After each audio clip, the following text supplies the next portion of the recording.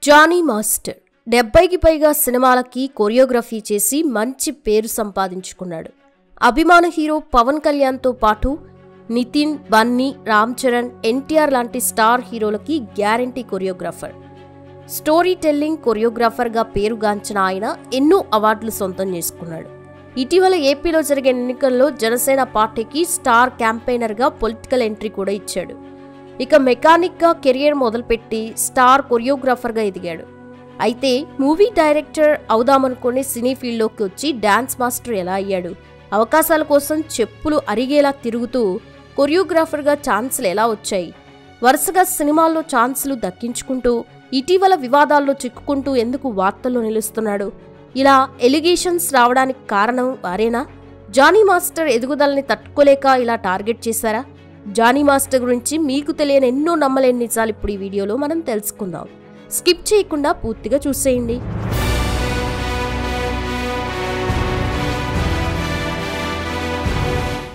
Johnny master July 2, 1982న ఆంధ్రప్రదేశ్లోని నెల్లూరులో పుట్టారు.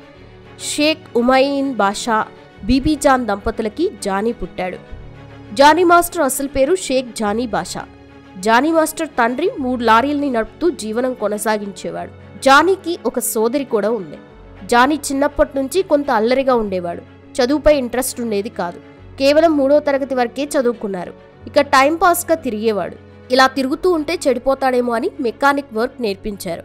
అలా మెకానిక్ వర్క్ నేర్చుకున్న జానీ కొన్నేళ్ల పాటు మెకానిక్గా పనిచేశాడు.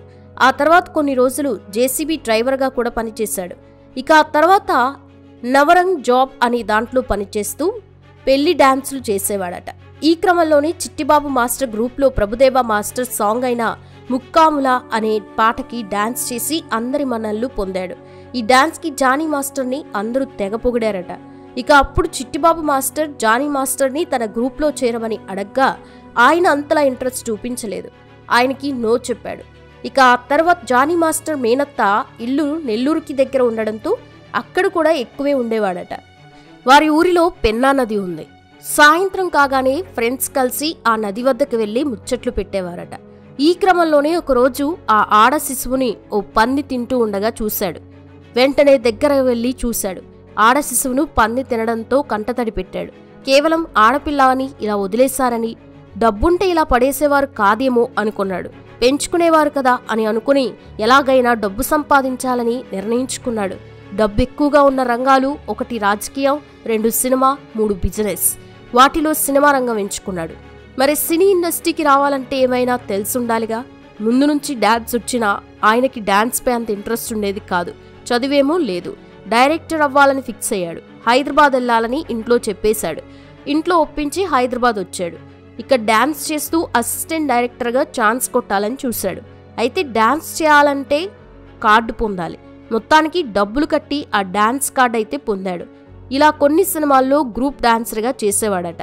ఇలా ఒక్కో పాటకి 3,000 రూపాయల వరకు అమౌంట్ వచ్చేయట.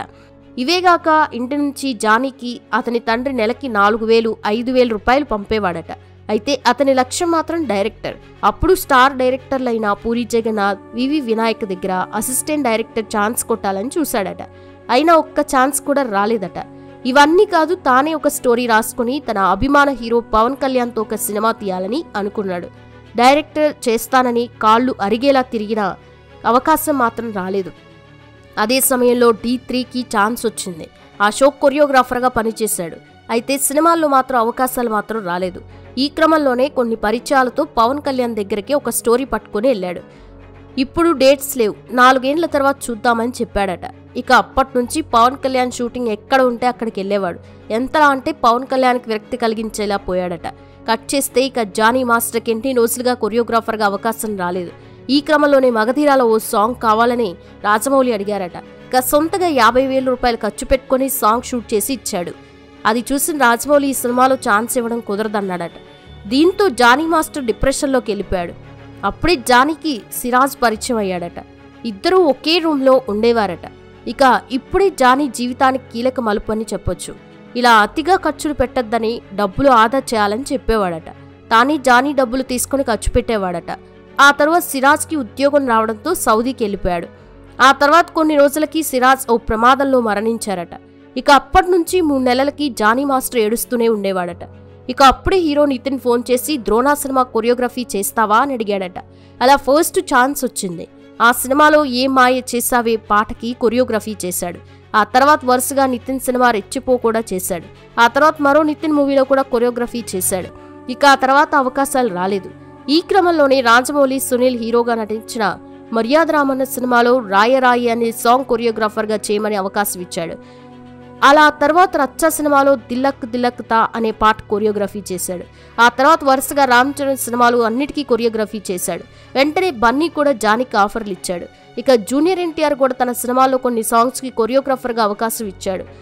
ఇలా నాన్ స్టాప్గా ఈ స్టార్ హీరోల సినిమాల్లోని అన్ని పాటలకు కొరియోగ్రాఫర్గా పనిచేస్తూ వచ్చాడు. రేసు గుర్రల్లో సినిమా చూపిస్తామా, టెంపర్ టైటిల్ సాంగ్, గోవిందనందరివాడులో రారా కుమారా, 2014లో ఏకంగా సల్మాన్ ఖాన్ మూవీలో జయహోలో ఆయనకు ఆఫర్ వచ్చింది. ఇక అఖిల్ సినిమాలో అక్కినేని టైటిల్ సాంగ్, బ్రూస్లీలో టైటిల్ సాంగ్, ఇలా ఎన్నో పాటలు కొరియోగ్రాఫర్గా చేసి ప్రస్తుతం తెలుగు సినీ పరిశ్రమలో దూసుకుపోతున్నాడు. ఆయన ఢీ షోకు జడ్జిగా వ్యవహరించిన విషయం తెలిసిందే. ఇంకా మరో ఎన్నో డాన్స్ షోలకి జడ్జిగా కూడా వ్యవహరించారు. ఇక పెళ్లి విషయానికి వస్తే జానీ మాస్టర్ లవ్ మ్యారేజ్ చేసుకున్నారు. ఆయన భార్య పేరు ఆయేషా. ఆమెను తొలిసారి రవీంద్ర భారతిలో చూశాడు. ఆయేషా ఒక క్లాసికల్ డాన్సర్. గణేష్ మాస్టర్ దగ్గర అసిస్టెంట్ డైరెక్టర్ చేసేదట. ఈ క్రమంలోనే జానీ మాస్టర్కి కూడా పరిచయం అయింది. ఇక ఈగా సినిమా నుంచి ఆమెని అసిస్టెంట్ డైరెక్టర్గా పెట్టుకున్నాడు. 1 సంవత్సరం పాటు లవ్ చేసి ఆ తర్వాత తన ప్రేమ విషయాన్ని ఆయేషాకి చెప్పాడట. అతడి ప్రేమకి ఆమె ఓకే చెప్పిందట. ఇక మొత్తానికి ఇంట్లో ఒప్పించి ఆయేషాని పెళ్లి చేసుకున్నాడు. ప్రస్తుతం ఈ ఇద్దరి దంపతులకి ఒక కుమారుడు కూడా ఉన్నాడు. అతడికి తన స్నేహితుడు సిరాజ్ పేరు పెట్టాడు.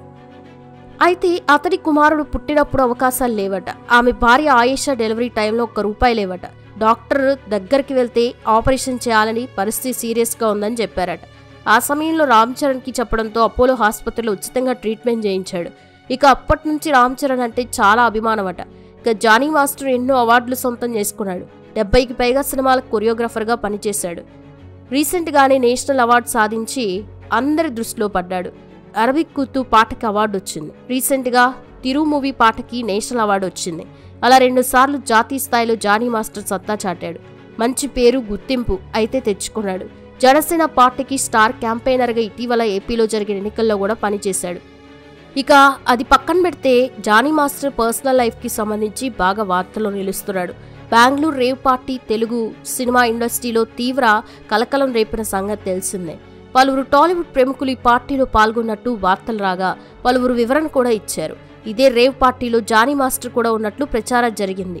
అయితే అప్పుడే వీటిపై స్పందించిన జానీ మాస్టర్ తనకి అలాంటి అలవాట్లు లేవని క్లారిటీ ఇచ్చారు. అనవసరంగా తనపై బురద చల్లే ప్రయత్నం ఇది అని అన్నారు.